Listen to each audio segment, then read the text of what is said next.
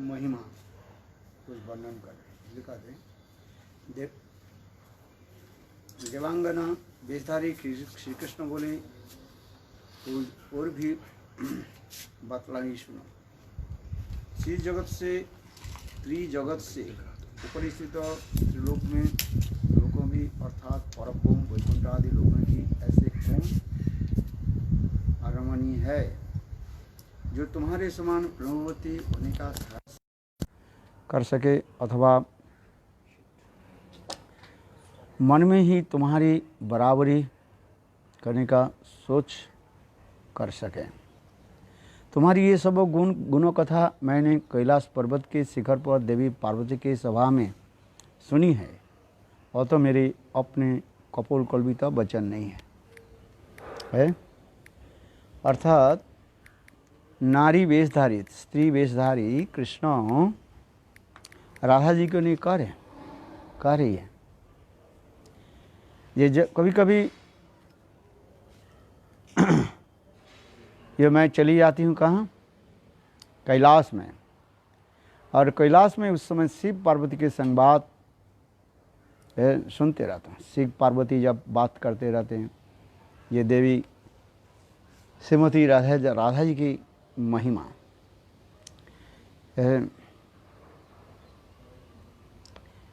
जिस कथा प्रसंग में हम लोग भी श्रवण किया था, देवी कृष्णमयी प्रोक्ता राधिका पर देवता सर्व लक्ष्मी मयी सर्व कांति सन्मोहिनी परा है। सर्वलक्षी गणेर तेहो हन अधिष्ठान सर्व सौंदर्य कांति वैशित जहाते सर्वलक्ष्मी गणेश शोभा है जहाँ होते। एक नहीं, अनंत करोड़ वैकुंठ धामों की जितने भी विष्णु के लक्ष्मी आदि है, वो समस्त लक्ष्मी के सौंदर्य यदि एक तरफ रख दिया जाए, एक तराजू में रख दिया जाए, तराजू समझते हो, बैलेंस रख दिया, बैलेंस किस तरफ रख दिया जाए, और एक तरफ श्रीमती राधिका, केवल श्रीमती राधिका की सौंदर्य रख दिया जाए, तथापि बराबर नहीं होगा। बोले राधा की सौंदर्य महिमा इसलिए कह रहे हैं, ये सर्व लक्ष्मी गणेर तेहो हन अधिष्ठान सर्व सौंदर्य कांति वैसे जहाँते सर्व लक्ष्मी गणेश शोभा है जहाँ होते। इसलिए देवांगना कहने लगी, ये आपके साथ कोई बराबरी नहीं कर सकते, और आपसे तो अधिक बहुत तो दूर की बात है। इस प्रकार देवांगना वेशधारी श्री कृष्ण के असहनीय वेदना भरी बातों को सुनकर प्रेमवती श्री राधिका बोली, सखी तुम्हारी इस असहनीय तीव्र वेदना का कारण क्या है, उसे शीघ्र ही मुझे बतलाओ। राधिका पुनः पुनः इस प्रकार प्रश्न करने लगी तो देवांगना वेशधारी श्री कृष्ण का कंठ अवरुद्ध हो गए। उनके नेत्र से निरंतर अश्रु प्रवाहित होने लगे और वे कुछ बोले भी नहीं पा रही हैं। श्री राधिका स्वयं अपने मृदुल वसन अंचल द्वारा अश्रुजल से परिप्लुत उनके नयन को मुँह को धीरे धीरे पोंछने लगे। कौन पोंछ रहे? श्रीमती राधिका। श्रीमती राधिका वो देवांगना की आँख और मुँह के अपने दुपट्टे के द्वारा पोंछने लगे। यहाँ श्री कृष्ण के अतिरिक्त गंभीर दुख का अभिनय निस्संदेह उसे सत्य के रूप में प्रतिपन्न स्थापित करने के अभिप्राय से था। यहाँ पर एक शिक्षण विषय है, राधा जी है कृष्ण अलावा, कृष्ण छोड़कर के कोई पुरुष के जैसे स्पर्श नहीं करते हैं। वो किसी वेश में भी आ जाए तथापि राधा ही पकड़ लेते, किंतु अभी जोग माया के द्वारा ऐसे लीला संपादन हो रही है, लीला चल रही है ये कृष्ण तो आए हैं नारी वेश धारण कर, स्त्री वेश धारण करके, किंतु देखो श्रीमती राधिका उनकी गात्र आदि माने शरीर आदि स्पर्श कर रही है अंचल आदि के द्वारा उनके उस है।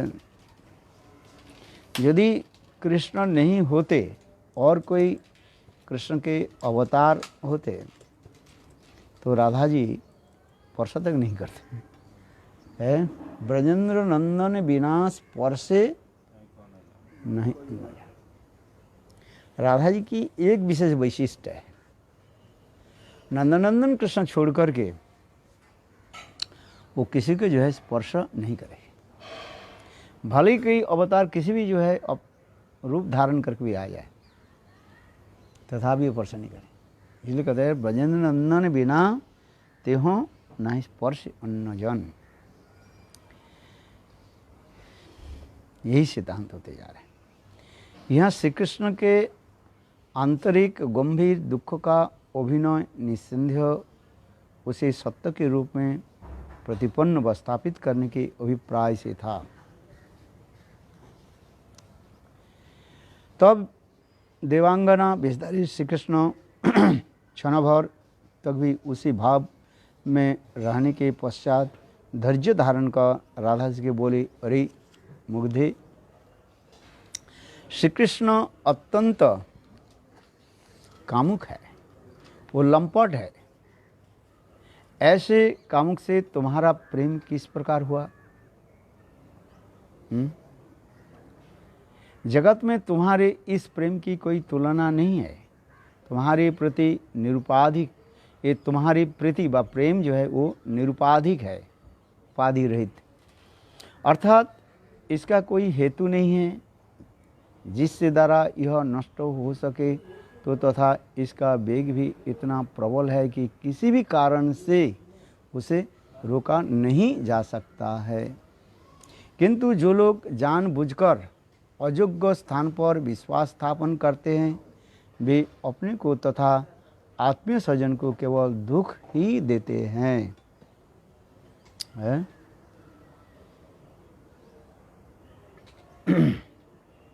ये प्रेम की जो परिभाषा हम जो श्रवण किया था, ध्वंसत्व कारणोपि अध्वंसत्व, ध्वंस के कारण उपस्थित होने पर भी वो प्रेम कभी ध्वंसित नहीं होते, परंतु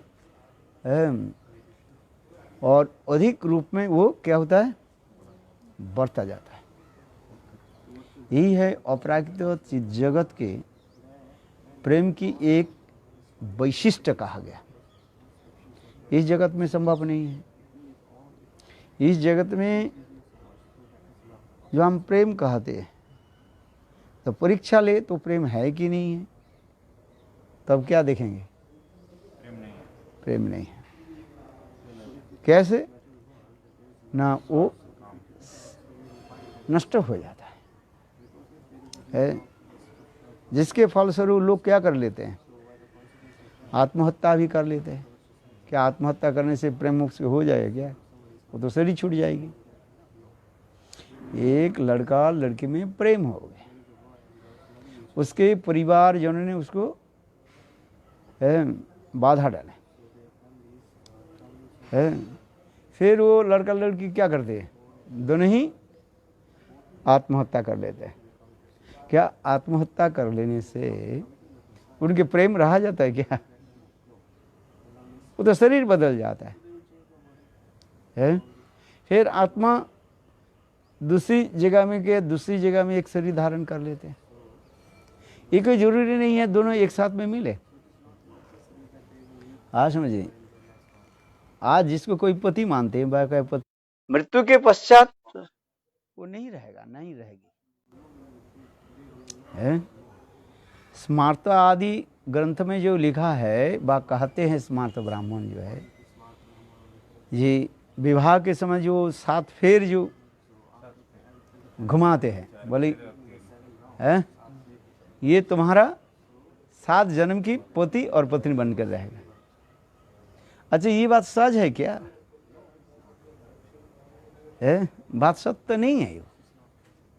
है इतना ही तो विचार करके देखे, है ये पति यदि पहले ही मर गया है और इसके बाद 50 साल के बाद पत्नी मरी, तो पति वहीं पर आपके लिए थोड़ी अपेक्षा करे। वो तो आत्मा एक शरीर से दूसरे शरीर चले जाता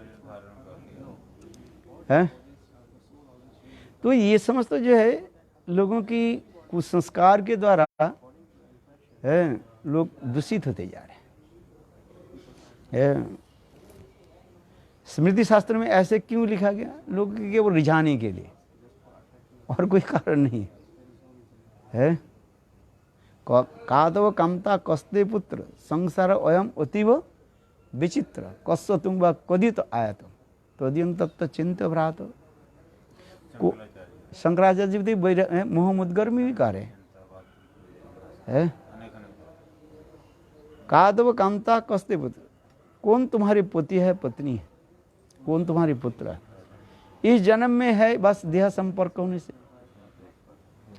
वो भी देह संपर्क इसलिए है वो ऋण चुकाने के लिए, और कुछ कारण नहीं है।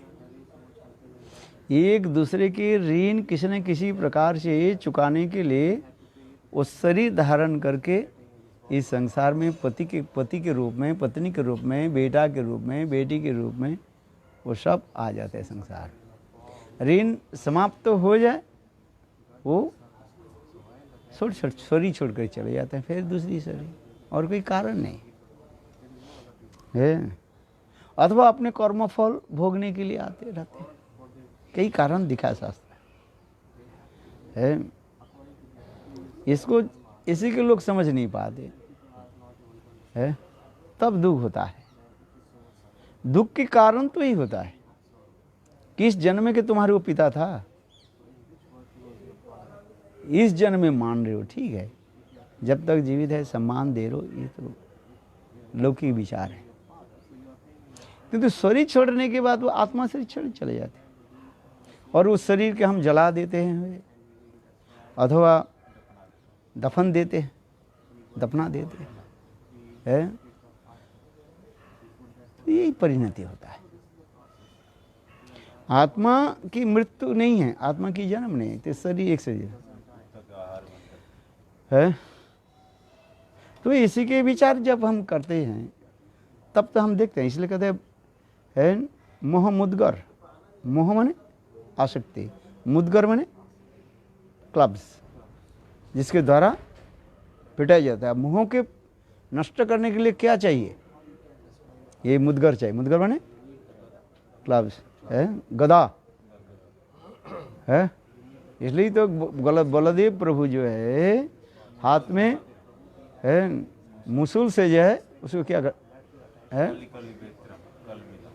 उसके क्या करते हैं? ध्वंस करते हैं, यही तो दिखाते हैं। तो इसी प्रकार कथा में आ जाए, ये प्रेम की जो जड़ जगत में प्रेम ही वास्तव प्रेम नहीं है, वो तो केवल काम ही कहेगा। आत्मेंद्र प्रतिवांछा तारे बोली काम, कृष्णेंद्र प्रतिवांछा धरे प्रेम नाम। इसलिए चैतन्य चरितामृत में काम और प्रेम की परिभाषा देते जा रहे हैं। काम किसको कहते हैं, प्रेम किसको कहा जाता है?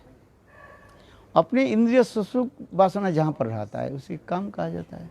जब केवल एकमात्र कृष्ण इंद्रिय प्रतिवांछा जो होते हैं उसकी प्रेमी कहा जाता है। और इसी प्रेम की जो सर्वोत्तम रूप में जो परिभाषा जो हम दे कार्य हमारे ऊपर नहीं पाए है, ये ध्वंस के कारण उपस्थित होने पर भी वो ध्वंसीभूत नहीं होकर के वो क्या होता है, उत्तरोत्तर बढ़ते रहता है। इसलिए तो यहाँ पर कह रहे हैं, ये देखो जी, जिसके द्वारा तुम्हारी प्रीति है वो देवांगना राधा जी के कार्य है। तुम्हारी प्रीति निरुपाधिक है, उपाधि रहित है, इसका कोई हेतु भी नहीं है। जिसके द्वारा यह नष्ट हो सके तो उसका वेग भी इतना प्रबल है जो किसी भी कारण से उसे रोका नहीं सकता है। माने प्रेम नष्ट नहीं होगा है। गंगा की धार इतने जोर से प्रवाहित होता है, उसके रोकना कोई संभव ही नहीं है। कैसे रोकेगा? जहाँ पर बड़े बड़े वो क्या बोले बांध जो है डैम को क्या करते हैं, तोड़ फोड़ करके ले चले जाते हैं। इसलिए वो दिखा ना आजकल बरसात के समय जो है सारे लॉक गेट के जो है खोल दिया जाता है, ये जल को नहीं तो वो तोड़िए वो तोड़ फोड़ करके लेकर ही चला जाए। करोड़ों करोड़ रुपया खर्च करके जो डैम बनाया वो सब ढंग से होता है। इसलिए क्या करते हैं, उसको पानी की छोड़ देते हैं, कुछ है निकाल दो पानी, और उसी पानी जल इतने आ जाता है, और इधर तो ऊपर से बारिश होती है, और वो पहाड़ की जो जल वो जो डैम में रखा था वो जब छोड़े तो उसी से क्या होता है, बाढ़ आ जाता है सब जगह है, और कुछ नहीं। तो उसी प्रकार प्रेम की धारा उसी प्रकार जैसे प्रबल वेगशाली गंगा की धाराओं के भांति कार्य है। आज इसलिए कहते हैं जानबूझ करो, किंतु ये प्रेम यदि यथार्थ स्थान पर यदि नहीं हो, अयोग्य स्थान पर हो जाए, वो दुखदायी होता है। प्रेम कहाँ पर होना चाहिए? एक मतलब कृष्ण में होना चाहिए। कृष्ण के छोड़ करके हम दूसरी जगह में प्रेम लगाते हैं, वो दुखदायी होता है। यही तो वो कह रहे हैं, कौन? देवांगना है, कृष्ण कह रहे हैं प्रेम को कहाँ पर लगाना चाहिए? कृष्ण पर लगाना चाहिए। इस जगत के लोग कृष्ण के ऊपर प्रेम नहीं रख करके इस संसार के प्रति माता पिता भाई बंधु स्त्री पुत्र परिवार को प्रेम रखता है, इसलिए दुखदायी होता है। जब वो चले जाते हैं तो वो रोता रहता है। समझे? मैं कभी रोता ही नहीं है, आंखों से आंसू इतना सहज से निकालता नहीं है। थोड़ा बहुत कभी यदि आ जाए किसी की कथा सुन करके है वो दूसरी बात है। मेरा याद है, मेरा पिताजी शरीर छोड़ दिए। मैं जब तक छोटा था 5 साल की था, मैंने देखा उनके शरीर पर सब रो रहे, मैं रोया ही नहीं। मेरा रोना होता ही, मैं पता नहीं उस समय की थोड़ी ज्ञान था जो आत्मा गए है, आएगा अब जन्मगत हमारी एक स्वभाव सिद्ध था है। कथा आदि बोलने में इसलिए मेरा आंखों से आंसू आ जाता नहीं है। मैं ज़्यादा रोता नहीं। बहुत लोग रोते हैं कि पता नहीं क्या, अरे रोना धोना क्या है? रोने धोने के क्या होता है? रोने धोने से भगवान थोड़ी मिल जाएगा, भजन से मिलता है। और उसी स्तर में जब पूजे वो तो स्वाभाविक रूप में होता है। प्रेम की स्थिति में आकर के तब वो कोई रोता है, जब प्रेम हुआ ही नहीं है उसके बाद। इसलिए कहते उसको केवल कोई के रोने की भांति आंखों से आंसू होता है, वो वास्तव वो नहीं है। यदि रोने धोने से हो जाता है तब कैसे है? इसलिए हमारे रूप गोस्वामी पाद जो है भक्ति रसामृत सिंधु उज्जवल ये सब बहुत वर्णन किया। मैंने एक दिन पाठ भी किया था मथुरा में। ये कैसे कैसे यहाँ तक भी ऊंचे बहुत बड़े बड़े साधक जो होते हैं उनके हृदय की तारतम्य के अनुसार आंखों से आंसू की भी दिखाते जा रहे हैं। पढ़ा कि नहीं पढ़ा? ये पढ़ो नहीं, रुक्तभाव सत्यभाव वो भी छोड़ दीजिए जी। उत्तम भागवत की भी जो है, जैसे रूप गोस्वामी के उदाहरण दे रहे हैं। मथुरा में मैंने इसको पाठ किया था भक्ति रसामृत सिंधु में स्पष्ट लिख रहे हैं रूप गोस्वामी पाद। रूप गोस्वामी पद के ऊपर हम भी उसके विचार करते जा रहे हैं। रूप गोस्वामी पाद जब वो क्या नाम रघुनाथ भट्ट गोस्वामी भागवत पाठ करने लगे, और सभी भागवत पाठ की विषय वस्तु है विरह की विषय। उस विरह की विषय सुनकर के मानो राधा के गोपी गीत अथवा भ्रमर गीत ऐसे सुंदर जो पर वो पाठ भी ऐसे करते सबके हृदय के द्रवित करने वाले है। कई कई वक्ता जो होते हैं वैसे होते हैं। कोई की वक्ता होता है ना, वो स्वयं रोते नहीं है, दूसरे के रुलाते हैं, स्वयं हंसते नहीं है, दूसरे के हंसाते हैं। ये भी ऐसे ऐसे हम भी देखे लोगों को है। विषय वस्तु हास्यकर है किंतु स्वयं हंसता नहीं है, ऐसे बोलते हैं, वो ऑडियंस हंसता रहता है। और विषय वस्तु जो दुखदायी है और ऐसे क्रिएट करते, स्वयं रोते नहीं है, दूसरे को रोते। बोले यही तो है कला। नाट्य शास्त्र में इसको ही कला कहा गया है। हम रो रहे हैं, हमारे रोना के देख रहे, दूसरे रो रहे हैं, और किस लिए रो रहे हैं वो ही जाने है। आज समझ, जो बुढ़िया के उदाहरण देते हैं ना, उनके बकरी चला गया और बकरी चिंतन करते करते, और वो भागवत पाठक ये था, उसके लंबी दाढ़ी था, वही बकरी के चिंतन हो रहे। आज सुनाते हैं ना कभी है। इसलिए रूप गोस्वामी पाद भी देखा आप लोग, सुने होंगे शायद है।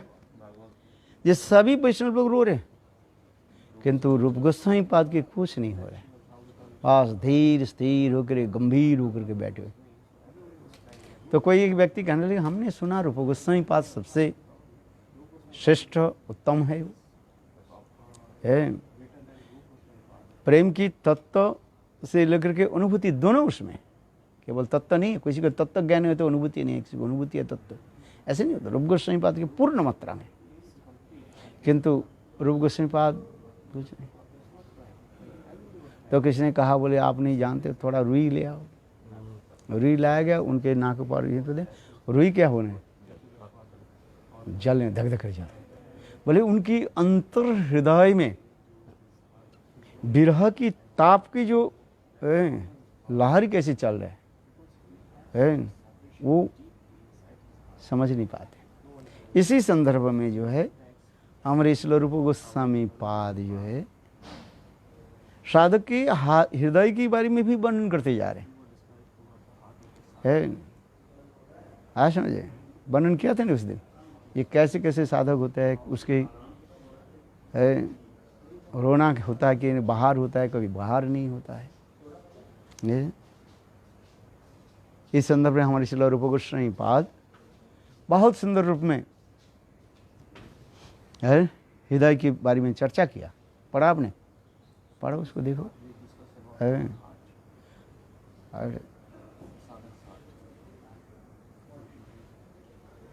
चलो इस संदर्भ में हम थोड़ा आगे चलते हैं।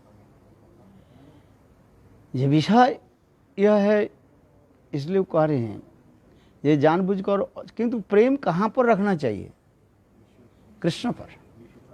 कृष्ण के छोड़ करके और कहीं पर हम प्रेम आदि करते हैं, वो प्रेम नहीं होता है, कृष्ण में होना चाहिए। अकेला पुरुष कृष्ण आर सब वृत्त, जो जारे जोई चे ना चाय तोई चे करे नित्य।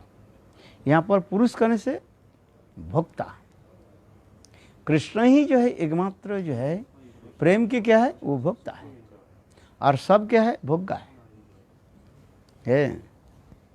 इसलिए यहाँ तक भी राधा जी भी ही क्या है, प्रेम के क्या है, वो भोक्ता, क्या बोले, भोग्गा है, भोगने के योग्य भोगक है। और एकमात्र कृष्ण क्या है, वो भोक्ता, एंजॉयर। इसलिए इंग्लिश में दो शब्द निकालना जाता है, एक होता है एंजॉयर और एक होता है एंजॉई।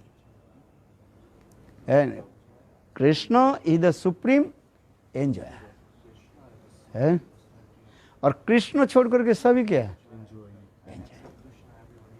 यहाँ तो राधा जी तो से लेकर के और दूसरे की क्या बताए। और फिर प्रेम में फिर सिद्धांत तो देते हैं, एक होता है विषय और एक होता है आश्रय। कृष्ण जो है वो मूल जो है, ओरिजिन जो है वो विषय विग्रह है, और कृष्ण छोड़ करके जितने भी सब कुछ है वो सब आश्रय विग्रह। यहाँ तक राधा जी भी आश्रय। केवल हमारे आचार्य पाद कहते हैं प्रेम की ऐसे विवर्ता आदि स्थान में तब उस समय राधा कृष्ण जुगल जो है विषय विग्रह हो जाता है, तब उनकी मंजरी आदि सब क्या होता है, आश्रय विग्रह होकर के सेवा आदि करते हैं। वो दूसरी विचार है। ना सो रमन ना हम रमणी दूहों पेशल एकल जानी। है प्रेम की विवर्त की दशा में तो यही होता है, क्या मैं रमन हूं क्या मैं रमणी हूं, समझ में आया, भोक्ता है कि भोग्य हूं, उसमें उसे कहता है विस्मृति हो जाता है। ये समस्त अनुभाव की कब दिखाते हो है। ना सो रमन ना हम रमणी दूहों पेशल एकल जानी। दूहों पेशल, पेश माने एकत्रित होकर के इतने माने ओतप्रोत हो गया, उसके अलग करना संभव नहीं होता है। मैं कृष्ण हूं कि मैं राधा हूं, मैं राधा हूं कि कृष्ण हूं, ये अलग करके समझना बहुत कठिन। ये समझ तो क्या है, प्रेम की सर्वोत्तम विवर्त दशा जहां पर होता है, घूरना माने थे, प्रेम की घूरना विवर्त दशा पर होता है, प्रेम विवर्त इसको कहा जाता है। इतने घूरना मन, यही तो रायर मंदिर संवाद में इसको कहते जा रहे हैं। ना सो रमन ना हम रमणी दूहू पेशल एकल जान। प्रेम की ऐसी स्थिति हो जाता है। मैं कृष्ण की राधा है, राधा है कि कृष्ण है, आश्रय विषय है कि आश्रय आश्रय विषय की है, दोनों की प्रेम की ऐसी घनीभूत स्थिति हो जाते हैं। तो ये समस्त भी रसमाशास्त्र में ही दिखा गया है, रसशास्त्र में ये सब दिखा गया। ये वास्तव प्रेम की सर्वोत्तम क्या है? इसलिए कहने की यहीं पर तात्पर्य है, देवांगना कह रही है, यदि प्रेम कहाँ पर करना है, ये आपको विचार करना है। जड़ वस्तु के ऊपर प्रेम करने से आपको प्रेम तो नहीं दुखदायी होता है, और अपरागित चिद वस्तु में प्रेम करो तो प्रेम यथार्थ में प्राप्ति है, क्योंकि वो आत्मा की वृत्ति है। आत्मा की वृत्ति क्या है? भगवान के साथ प्रेम करो। भगवान के छोड़ करके और किसी का प्रेम जो करते हैं वो दुखदायी होता है। तो कृष्ण के साथ जो प्रेम ये जो दुखदायी होते जा रहे दिखा रहे हैं, बोले ये दुख नहीं है, ये आनंद की एक घनीभूत अवस्था कहा जाता है। इसी के जो है अद्वैतवादी लोग समझ नहीं पाते हैं। अद्वैत सिद्धि और प्रेम की जो बात जैव धर्म में लिखा गया ना पहले, है अद्वैत सिद्धि और प्रेम, ये दोनों के जो तात्पर्य है अद्वैतवादी लोग समझ नहीं पाते है, कि वो ब्रह्मवादी होने के लगाते सब हम ब्रह्म बन जाते हैं। और प्रेम में क्या होता है? दुख होता है। प्रेम में दुख नहीं होता है, प्रेम में इतने आनंद होता है। जतो देखो वैष्णवेर व्यवहार दुख ताहाते जानियो तुम्हें है हृदय आनंद। ऊपर से रोते है किंतु अंतर हृदय में इतने आनंद होता है। यही जड़ जगत लोग कहाँ समझ पाते हैं? बड़े बड़े पंडित लोग भी है मुझमान हो जाते हैं। मुझमान समझते हो? बिल्डरमेंट है, बिल्डेड हो जाता है। ये वास्तवता क्या है? ब्रह्मा आदि बड़े बड़े देवता लोग भी है समझ नहीं पाते है ये कैसे होता है प्रेम। तब तो 154 जो छे क्षरण हो जाए है। तो प्रेम की ऐसी ऐसी स्थिति भी बताते जा रहे हैं। इसलिए कहते हैं, इसलिए तो यहाँ पर जो कहते जा रहे हैं, किंतु जो लोग जानबूझकर अयोग्य स्थान पर विश्वास स्थापन करते हैं वे अपने को तथा आत्मीय स्वजन को केवल दुख ही देते हैं। और भी सुनो, यद्यपि कृष्ण रूपमाधुर्य वीरत्व, शौर्य, श्रेष्ठ, सौभाग्य, जस आदि संपत्ति के परिपूर्ण तथा सर्व गुणरूपी रत्न से विभूषित है, तथापि प्रेम विवेचना से अत्यंत असमर्थ रूप एक दोषी के उनके सारे गुण नष्ट कर देता है। ये देवांगना जो है असली कृष्ण है, वो प्रेम की जो अपजस को अभी वर्णन करते जा रहे हैं। मैंने प्राकृतिक जगत की जैसे ऐसे वर्णन, इसलिए कहते सुनो, श्री कृष्ण के रूप माधुर्य है, वीरत्व है, श्रेष्ठ, सौभाग्य, जस आदि संपत्ति से परिपूर्ण तथा सर्व गुणरूपी रत्न से विभूषित है, तो प्रेम विवेचना में अत्यंत असमर्थ है। वो कार्य है, वो प्रेम में फेल हो गया है। थोड़ा इसको आपको दिमाग लगाना पड़ेगा है। ये देवांगना कह रही है राधा जी को, ये असल वास्तव में कृष्ण प्रेम के बारे में नहीं जानते। अच्छा, कृष्ण प्रेम के तत्व विचार में, कृष्ण प्रेम के बारे में जानते हैं कि नहीं जानते है? अरे रसो सब कुछ जानते हुए पर भी अपने लीला रस आस्वादन करने के लिए सब करते जा रहे, सब ये तत्व विचार है। रसो रसो वही सब, ये स्वयं रस स्वरूप है। जैसे हमारे रूप गोस्वामी पा भक्ति रसामृत सिंधु में पहली श्लोक में वर्णन करते हैं, अखिल रसामृत सिंधु पशु रुचिरुद्ध तारका आपली कलित श्यामा ललित राधा प्रयाण विधुर जयति है। समस्त रस की वो खान सर्व है। किंतु यहाँ पर प्रेम की उत्कर्षता आदि बढ़ाने के लिए वो देवांगना जो है अर्थात नारी वेशधारी कृष्ण है, ऊपर से कृष्ण के क्या करें, अपजस कीर्तन करें। अपजस समझते हो है? उनकी निंदा करें, गुण को नहीं दिखा रहे, दोष दिखा रहे है। ये कृष्ण के सब कुछ तो है, गुण है, किंतु उसके जानते नहीं प्रेम कहाँ पर गए है। आज यही कहते जा रहे। चैतन्य चैतामृत में इसी कथा को जो है अंत लीला में इतने सुंदर वर्णन किया गया है। स्वयं राधा जी प्रेम दशा में भी इसके वर्णन करते अपने सखियों के साथ है। ये प्रेम की एक विशेष वैशिष्ट्य दिखाते हैं, ऊपर से निंदा किंतु अंतर हृदय में उसकी स्तुति। इसके संस्कृत में कहा है निंदा चले स्तुति कहा जाता है। निंदा के छल से उसकी स्तुति करते हैं, ऊपर से देख रहे हो तो निंदा कर रहे हैं। यहाँ पर आगे जाकर के राधे जी स्वयं कहेंगे, ये कृष्ण के कोई निंदा करे मैं कैसे सहन कर लूँ है? बोले मैं कैसे सहन कैसे कर लिया है?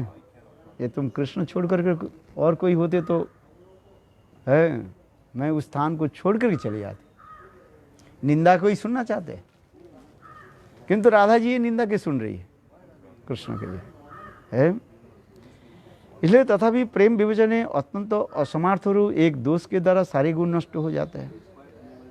कोई एक व्यक्ति के अनेक गुण हैं, किंतु यदि एक गुण अवगुण आ जाए, सारे गुण क्या हो जाता है, बेकार हो जाता है। अभी जड़ जगत में हम कहते हैं, क्या बोलते हैं इंग्लिश में, जो अरे कहते हैं ना, health is loss, something loss. हाँ, if health is lost, something is lost. हाँ, Nothing is lost. Nothing is If you lost. have money, nothing you lost. If you have lost health, something is lost. And if you lost your character, everything is lost. है। चरित्र में किसी को जी दोष आ जाए, spot आ जाए, वो सब लोग आपके हजारों गुण रहने पर भी है लोग आपके प्रति है आकर्षित नहीं होंगे है, क्योंकि जड़ जगत का हम चरित्र देखते हैं, वो व्यक्ति कैसे है, दुष्ट दुराचारी है, व्यक्ति के प्रति लोग क्या कैसे असद भावना रखते हैं। चरित्र के ऊपर देखते हैं सब कुछ है, और पारमार्थिक विचार में दूसरी होता है। समस्त प्रकार असद गुण रहने पर भी एक गुण यदि रहे, कृष्ण में क्या? शरणागति। उपजे शूद्राचरो भजते मां अनन्य भाग है, साधुरेव संबंध सम्मोग व्यवस ही। ये जो अनन्यता, कृष्ण के प्रति अनन्यता के जान होने के नाते है, सो कृष्ण उसके स्वीकार कर रहे हैं। अत्यंत दुराचारित्व होने पर भी भगवान के स्वीकार, ये पारमार्थिक विचार है। और जगत लोगों के विचार क्या है? हजारों आपके गुण हो हैं, किंतु आपके कैरेक्टर में कहीं दोष लग जाए है, लोगों की संदेहभाजन हो जाए। लोगों के क्या है? संदेहभाजन हो जाए। संदेहभाजन से वो डाउटफुल है। इसलिए इस जड़ जगत में व जड़ विचार में है क्या? साधन के भाजन डाउटफुल है। संदेह नष्ट नहीं गया, संदेह बढ़ेगा। संदेह भाजन में संदेह के डाउटफुल पर्सन हो जाते हैं। आपके साथ सारे सद्गुण रहने पर भी आप विनयी है, नम्र है, परोपकारी है, विद्वान भी है, किंतु आपके चरित्र में ऐसे कई स्पॉट आ जाता है। कौन सा स्पॉट है? गलती के कोई ऐसे आ जाता है, तो लोग उससे क्या होता है, सारे गुण रहने पर भी वो आदर नहीं करते। हजारों गुण रहने पर जड़ के विचार है। और परमार्थी जगत में विचार इसलिए गीता में भगवान दिखा रहे हैं, उपचे सुधराचरो भजते मांग अनन्य भाग। यहाँ पर अनन्य भाग किस में? अनन्य भाग कृष्ण में है। तो यही कहते, जिस प्रकार एक घड़ा गंगा जल है, गंगा जल पवित्र है, किंतु उसमें एक बूंद यदि सूरा गिर जाए, सूरा समझते हो, मदिरा, तो गंगाजल जो है वो भगवत सेवा में नहीं लगेगा। आप अर्चन ठाकुर जी के अभिषेक करने के लिए लाया गंगाजल, पवित्र गंगाजल, और उसमें किसने एक बूंद शराब डाल दिया, मदिरा डाल दी, क्या उस गंगाजल के द्वारा आप ठाकुर जी की सेवा करोगे? क्यों? गंगाजल इतना है, 50 लीटर गंगाजल है, और उसमें तो केवल एक बूंद शराब पड़ गया था, उससे क्या होता है? बोले नहीं, उस गंगाजल के द्वारा आप ठाकुर जी की सेवा। यही तो दिखा रहे, हजारों आपके गुण रहने पर भी किंतु एक कोई दोष आ जाए, उस दोष के द्वारा सभी गुण क्या होता है? दूषित हो जाता है। और पारमार्थिक विचार में अपोजिट होता है। हजारों कोई आपके गुण नहीं है, जड़ जगत कोई है ना, आप है सुंदर है ना, आपकी विद्वान विद्वत्ता है, विद्वत्ता समझ, यू आर नॉट लर्नेड और स्कॉलर, किंतु आपकी एक गुण क्या है? न कृष्ण की शरणागति, भजन करें। तो जस्सास्ति भक्ति भगवती अकिंचना है। इसके बाद सर्वगुणी समासते सुरा, हराभ अभक्त से कुतो महद्गुना। यही तो श्लोक में दिखाते जा रहे। श्लोक याद किया, ये श्लोक पढ़ो, है यही दिखाते जा रहे है। तो इसी प्रकार भी करें, यहाँ पर जो देवांगना जो है कृष्ण की निंदा करते हैं, माने निंदा अच्छे एक्चुअल स्तुति कर रहे हैं, ऊपर से निंदा कर रहे हैं, किंतु असल निंदा नहीं कर रही है, वो स्तुति करते जा रहे हैं। आगे जाकर पता लगेगा। इसलिए करें, देखो प्रेम विवेचन से अत्यंत असमर्थ। कृष्ण के हजारों गुण हैं, कृष्ण की रूप माधुरी, लीला माधुरी और सब माधुरी वर्णन करते करते है आज 63 गुण को वर्णन कर दिया। और एक गुण क्या करें है? उनके अवगुण क्या है? न प्रेम कहाँ पर करना है वो नहीं जानते है। इसलिए कहा गया तो प्रेम विवेचना में अत्यंत असमर्थ रूप एक दोष से उनके सारे गुण नष्ट हो गए। अत्यधिक कामुकता ही इस दोष का मूल कारण है। कारण क्या है? ये कृष्ण कामुक है, और तो कभी भी ऐसे व्यक्ति के आश्रय करना उचित नहीं है। वो देवांगना करी है, अब समय याद रखनी कौन किसको बोल रहे हैं। इसलिए कृष्ण के साथ है, सुनिए देखो उस दिन तुम्हारे साथ बहुत प्रकार से विलास करके, फिर देवांगना जो है उदाहरण देते भी जा रहे हैं। देखो उस दिन तुम्हारे साथ बहुत प्रकार से विलास करके कृष्ण ने बारंबार उत्सुकता के साथ तुम्हारे प्रति कृत्रिम प्रेम का प्रकाश किया था। बाद में सरलमति वाले तुम्हें रात्रि के समय कुंज में पूर्व संकेत के अनुसार अभिषेक कराकर और उस घोर कपटी कृष्ण ने अत्यंत किसी रमणी के साथ रमण करने के लिए तुम्हारा परित्याग कर दिया था। है? देखो कैसे वो छल कपटी है। वो है? तुमको बुलाया और तुम भी उनके साथ क्या बोले प्रतीक्षा करने लगे और चले गए दूसरी कहाँ है। आज समझे, वो देवांगना कार्य माने कृष्ण कार्य है। और तुमको तो बताया राधा जी का, क्या उस दिन की कथा आप भूल गए हैं?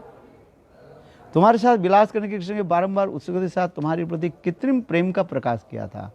आप बाद में सरलमति वाले तुम्हें रात्रि के समय कुंज में पूर्व संकेत के अनुसार अभिसार करा करके उस घोर कपटी कृष्ण ने अन्य किसी रमणी के साथ रमण करने के लिए तुम्हारा परित्याग कर दिया था।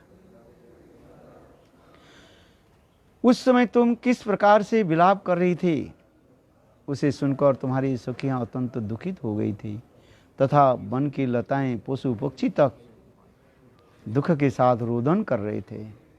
मैं बंसी बट पर अवस्थान कर रही थी तथा वहीं से अलक्षित भाव से अच्छा छिपकर मार्मिक पीड़ा को साथ यह सब देख रही थी।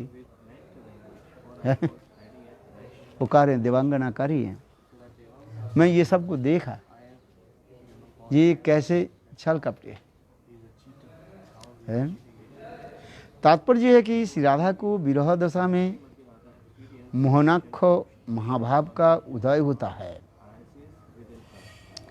ब्रह्मांड को क्षोभित करना था, तिर्यक प्राणियों तक रोदन करना इस मोहनाक्ष महाभाव का कार्य है।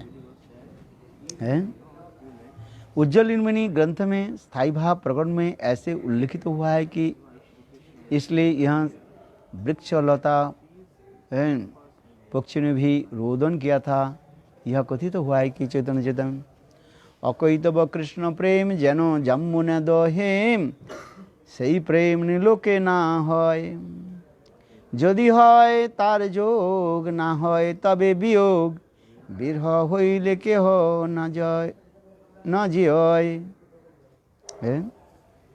अकैतव, अकैतव माने कैतव रहित अर्थात निष्कपट प्रेम शुद्ध जाम्बुनद स्वर्ण के समान निर्मल होता है। वह प्रेम मनुष्य लोक में किसी भी उदित नहीं होता है, किसी तरफ से उदित होना संभव नहीं है। यदि उदित भी हो जाए तो विरह नहीं है, यदि उदित भी हो जाए तो विरह नहीं होता है, और यदि विरह हो तो फिर जीवन नहीं रहता है, या विरह विच्छेद। यदि है जोग कबू ना है वियोग, वियोग होइले तबे से न जियाए।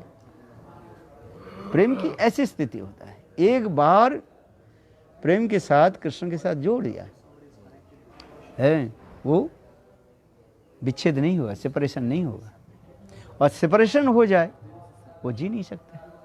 इसका यदि है जो कबू ना है वियोग, और वियोग होइले कबू ना जिया।